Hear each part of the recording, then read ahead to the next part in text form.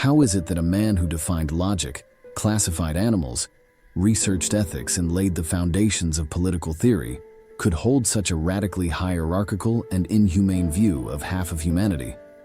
We are not here to condemn Aristotle. To reject him would be too simplistic and superficial. Instead, our goal is to understand why his worldview, which originated in ancient times, has resonated so loudly for thousands of years. We want to see how even the brightest thinkers were bound by the limitations of their time, and how these limitations could lead to prejudice. The roots of many gender concepts we still live with today are hidden and not immediately obvious. They are embedded in our thinking, conveyed as truths rather than opinions. Aristotle helped shape the West's understanding of what was true. This system of approval represents the foundation of his ideas. To understand why Aristotle believed that women are a disfigured version of men, we must resist the temptation to view this as an insult or personal flaw. In his worldview, this was a logical conclusion, albeit disturbing and inconsistent. Aristotle's view of the world is ordered and hierarchical, with a clear purpose.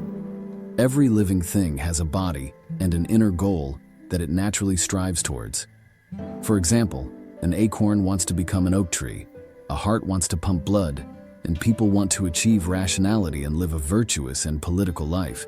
This is in contrast to Plato's idea of eternal forms, which is a more unstable and idealistic view. Aristotle's world is full of movement and change, but it is also orderly and rational. Nature is like a ladder, with minerals at the bottom, plants above them, animals even higher, and humans at the top. However, even among humans, there are gradations based on rationality.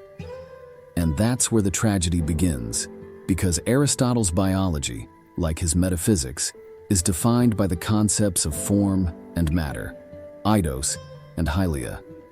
He argues that in the process of reproduction, it is the male who provides the form, or organizing principle of the logos, while the female is the passive substance that is shaped by the active imprint of the male.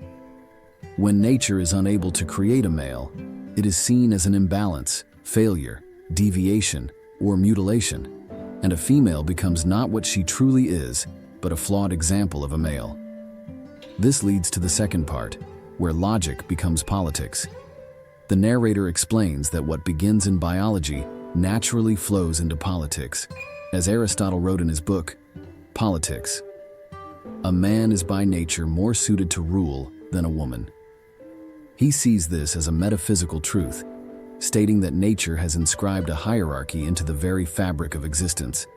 And if a woman is flawed in form, she is also flawed in mind, character, or ability to govern. Therefore, men lead and women follow, not simply as a matter of choice or opinion. For Aristotle, this was a matter of nature.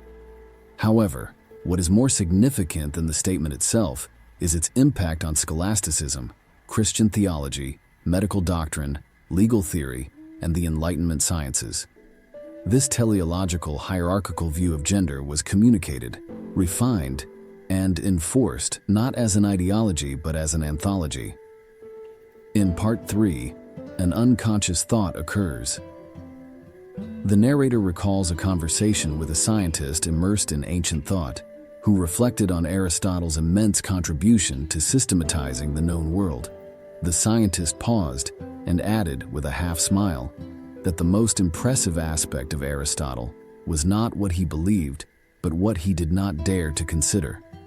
At first, the narrator took this as irony, but upon further reflection they realized that Aristotle was a groundbreaking observer who did not see women as fully human beings, like men.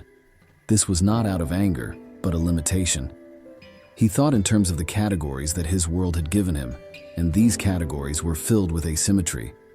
He had seen too much to dismiss, but also not enough to let go of.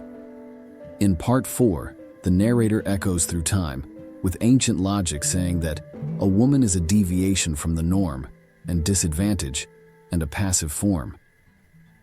She swept through the ages, and in Thomas Aquinas's view, a woman was vicious and not born right. For Freud, she was the epitome of envy, and according to Hegel, she was society's eternal irony. Brilliant thinkers over and over again inherited the same idea. A man is the norm, and a woman is a deviation.